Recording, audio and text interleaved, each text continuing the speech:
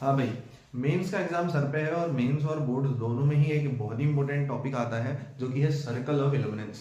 Circle of illuminance क्या है? मान लो मेरे पास यहाँ पर एक पॉन्ड है, इस पॉन्ड में एच हाइट नीचे मैंने एक बल्ब लगा दिया है।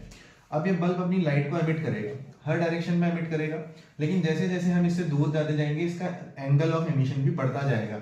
तो जब इसका एंगल क्रिटिकल एंगल के बराबर हो जाएगा तब ये अपनी ग्रेजिंग इमरजेंस को शो करेगा, और क्रिटिकल एंगल से ज्यादा एंगल होने पे सारी की सारी लाइट रिफ्लेक्ट होके अंदर ही आ रही होगी। तो बेसिकली एक पॉइंट के बाद ये ग्रेजिंग इमरजेंस करेगा जब ये क्रिटिकल एंगल पे अपनी लाइट को रिफ्लेक्ट करा रहा होगा। तो इस क्रिटिकल एंगल के पहले का जितना भी रीजन है ये एक सर्कुलर रीजन बन जाएगा, और ये सर्कल इल्यूमिनेंस शो करेगा, यानी कि लाइट जो है इस बल्ब की वो सिर्फ इसी सर्कल में पड़ रही होगी। तो हमसे पूछता है कि इस सर्कल ऑफ इल्यूमिनेंस की रेडियस कितनी होगी।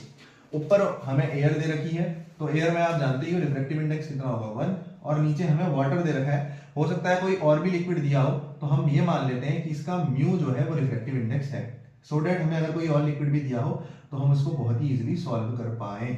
ठीक है, तो आइए देखते हैं इसकी रेडियस को हम किस तरीके से फाइंड आउट कर सकते हैं। देखिए, एक सिंपल सा एक्सप्रेशन यहाँ पर आपको करना पड़ेगा।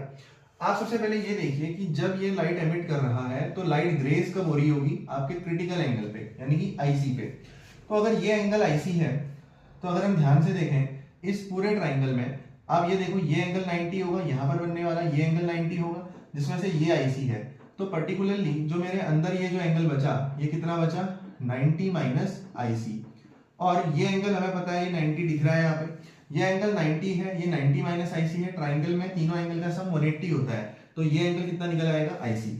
अब आईसी में हम साइन आईसी का फॉर्मूला लगाते हैं। साइन आईसी क्या होता है? साइन आईसी हमें बताता है कि हमारा जो एंगल है, जो हमारा क्रिटिकल एंगल है वो कितना होगा, जो कि होता है denser rarer medium upon denser medium.